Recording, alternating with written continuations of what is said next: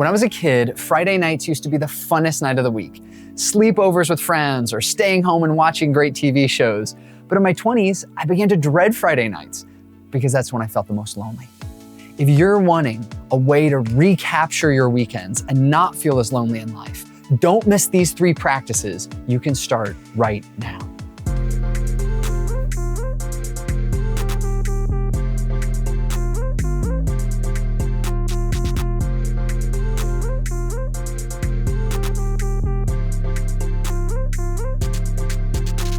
On Friday nights, I used to wrap up work, head home to my apartment, and then have a tightening feeling in my throat. I'm too late. Everyone's already got plans. I didn't invite anybody out. And even worse, nobody invited me to hang out. Have you ever felt like that? Like everyone else is having fun without you? That you should have thought ahead about how you were going to spend your time and the people you were going to be with right when you need it most? Well, most of us work pretty hard and we need some rest and relationship at the end of the day and the end of the week.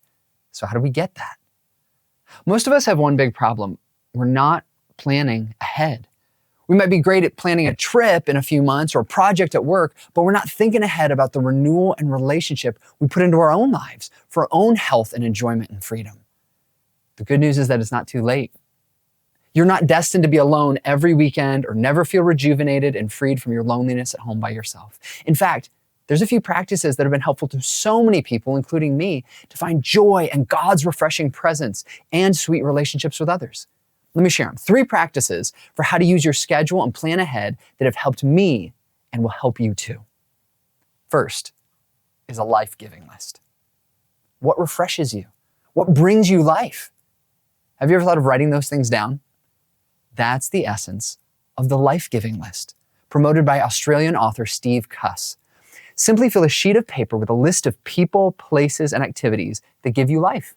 Things that fill you with a boost of energy or joy, because once you write them down, you can integrate them into your life.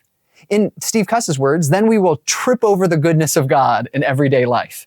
These can be from free, like enjoying a sunrise, to expensive, like getting your car professionally detailed.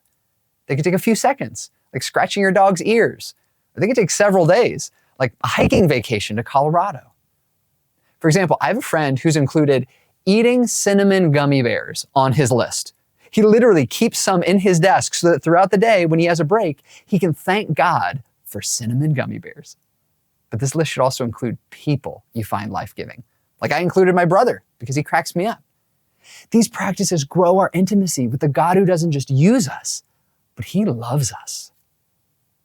The second practice follows from this. Schedule people into your rhythm. Don't just schedule running or reading, but relationships. Don't forget to include people in your regular rhythms of life. Here's where we can see our weeks and our weekends significantly change. I have a friend who's a single professional who does this really well. Every month, she spends an evening with a best friend. Every other week, she gathers with her small group. Every week, she has dinner with friends who promise to show up however we are. And every day, she uses her dog walking time to call a family member. Even as a busy professional, she's considered which commitments are worth her time, like small group, and how to fit people into her rhythms, like dog walking. Because of that, she's used her calendar to make her relational web strong.